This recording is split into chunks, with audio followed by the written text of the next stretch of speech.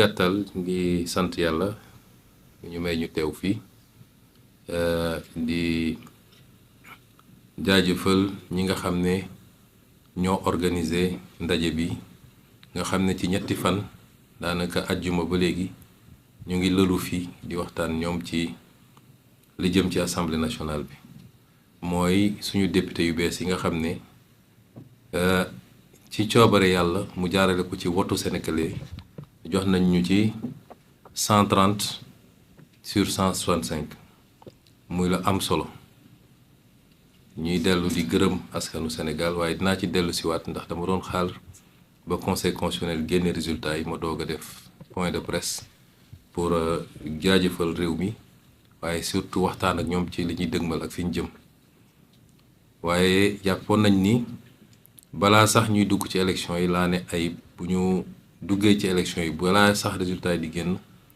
la ñu jot a xayma ci li ñu war a am ci député il faut ñu yóbbu leen ñu dem ñu waxtaane li nga xam ne mooy assemblée nationale ndax ñu ci bëri ci ñoom si 130 yi defe naa gën saa gudd une vingtaine ñoo nekkoon assemblée ñi ci des ñëpp député yu bees lañ donc baax na ñooñu ñu mun leen a tàggat ci ni mu gën a gaawee ba bu ñu ubbee assemblée rek ñoom dinañu xam déjà la ñu war a def ak nuñ ko war a defee kon ñuy féliciter Ayib ci ak équipe yi mu liggéeyal yépp ci parti bi waaye di féliciter également di remercier ñi nga xam ne bàyyi nañu seen jot bàyyi seen lépp ñëw jàpp ci liggéey bi andi seen xam-xam ak seen temps pour participer ci formation boobu doyen Mamadou la Diallo ngi nii juriste yaa ngi fi ñoom maître Ndiaye ñoom maître Mboup ak ñeneen ñoom ñëpp ñëw nañu jàpp ci liggéey bi te jàpp naa ni ci li ma dégg fii ñoom ñii nga xam ne ñoo bénéficier ci formation bi am nañ ci satisfaction bu baax kon lii buñ ko defee nag li muy firndeel rek mooy wax Sénégalais ni assemblée nationale moom bu soobee yàlla bés ni ki tey dinañu xam lan mooy njëriñu assemblée nationale ci réew mi mooy conception bi ñu ci amoon ni assemblée nationale amul solo amul njëriñ dañ fee bu ay nit di leen fay xaalis di leen jox carburant te kenn xamul lan mooy seen utilité ci réew mi loolu moom bis ni ki tey jeex na te parti bi dina fexe ba muy assemblée nationale muy beneen institution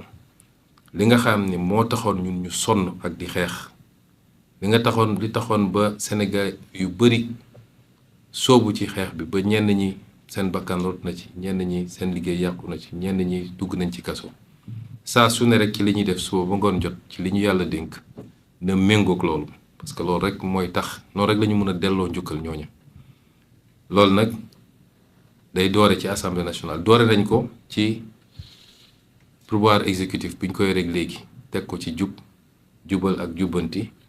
ci njiital président Bassirou Diomaye Faye waaye ñëpp xam nañ ni kuy gouverner soo yoree pouvoir exécutif tam soxla nga assemblée nationale sinon dina xaw a jafe kon loolu dañ koy wéyale ci assemblée nationale bi mooy député bu ne saa su ne na càmbar boppam digganteem ak boromam càmbar boppam digganteem ak projet bi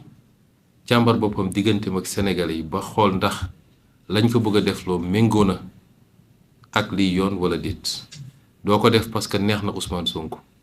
loolu du cëru député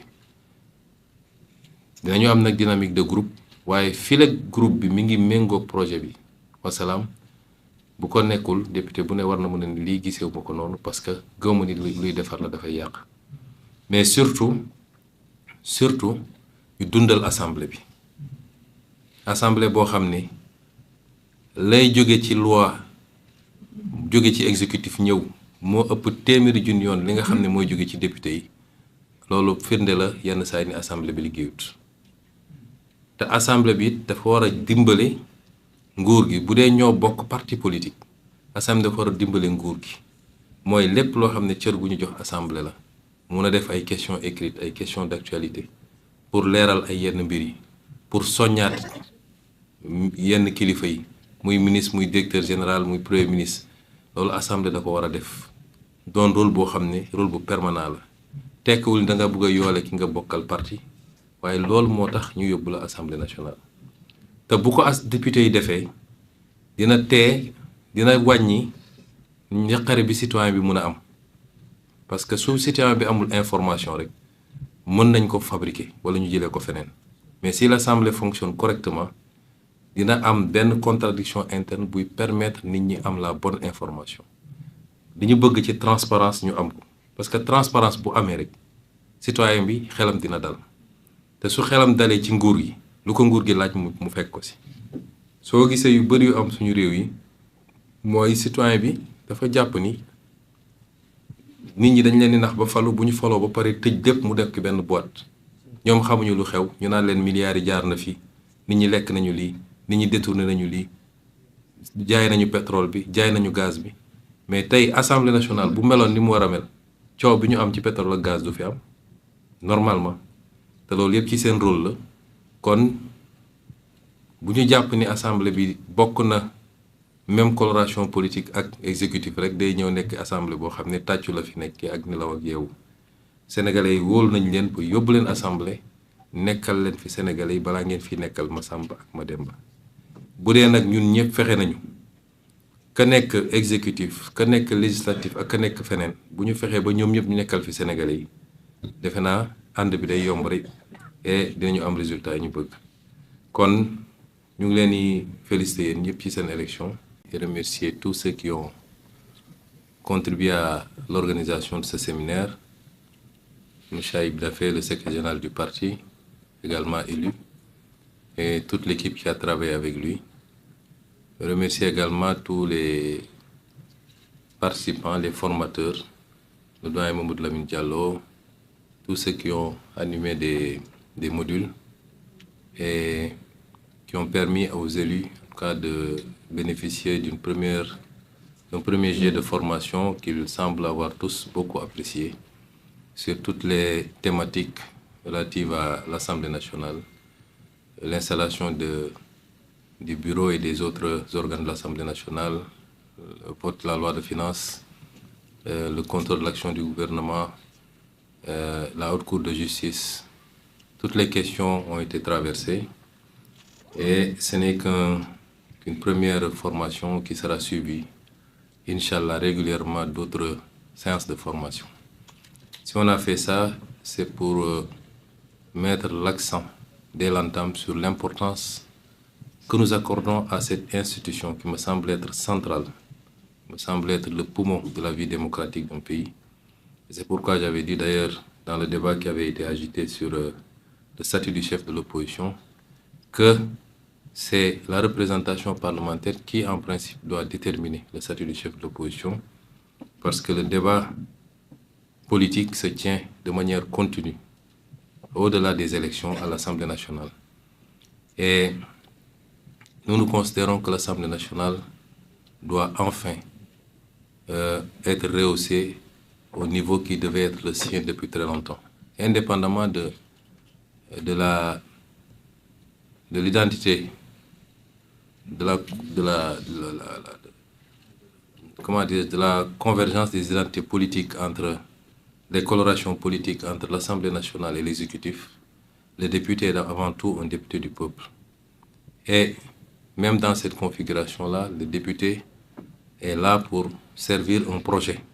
le projet que nous avons tous en commun et pour lequel nous sommes beaucoup battus. Et je pense que les députés ici présents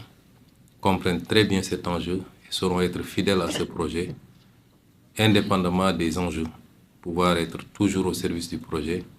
c'est-à-dire être au service du peuple sénégalais. Cette assemblée doit réconcilier les Sénégalais avec l'organe parlementaire,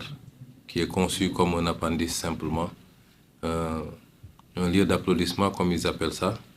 J'exhorte chacun et chacune de ces députés à ne jamais oublier pourquoi il a été envoyé à l'Assemblée par le peuple sénégalais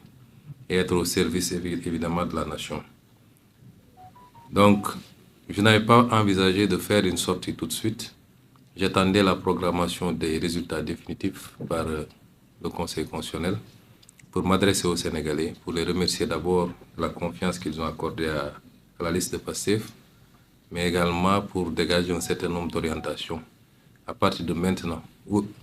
les vrais leviers de la gouvernance nous ont été confiés dégager un certain nombre d'orientations sur les semaines et les mois à venir. Mais c'était important d'organiser cet atelier et les échos que j'en ai, qui sont rapportés par l'ensemble des députés, mais également par ceux qui ont animé ces différentes sessions, nous rassurent qu'on a eu raison de le faire et que régulièrement le parti s'organisera pour pouvoir réitérer ce genre d'exercice pour que l'Assemblée nationale, comme on l'a dit, puisse se hisser à la hauteur qu'il faut, rattraper le gap qui peut-être fonde cette impression d'asymétrie par rapport à l'organe exécutif et qui l'empêche de pouvoir vraiment jouer le rôle qui est attendu, c'est-à-dire le rôle de contre-pouvoir quand il le faut, mais le rôle d'accompagnement surtout dans la formalisation, l'exécution des politiques publiques par le vote de la loi. Toutes les lois, loi de finances, loi ordinaire, mais également par un certain nombre de mesures d'accompagnement. Voilà ce que je voulais dire, je ne vais pas être très long, car je souhaite à chacun et chacune des députés ici présents un bon retour chez lui et surtout beaucoup de courage parce que, vu la configuration des choses, il faut s'attendre à une accélération dès l'installation de l'Assemblée nationale pour pouvoir voter la loi de finances initiale avant le 31 décembre et accélérer avec beaucoup d'autres projets qui sont déjà préparés, conçus et qui n'attendent que l'installation de l'Assemblée pour être proposés.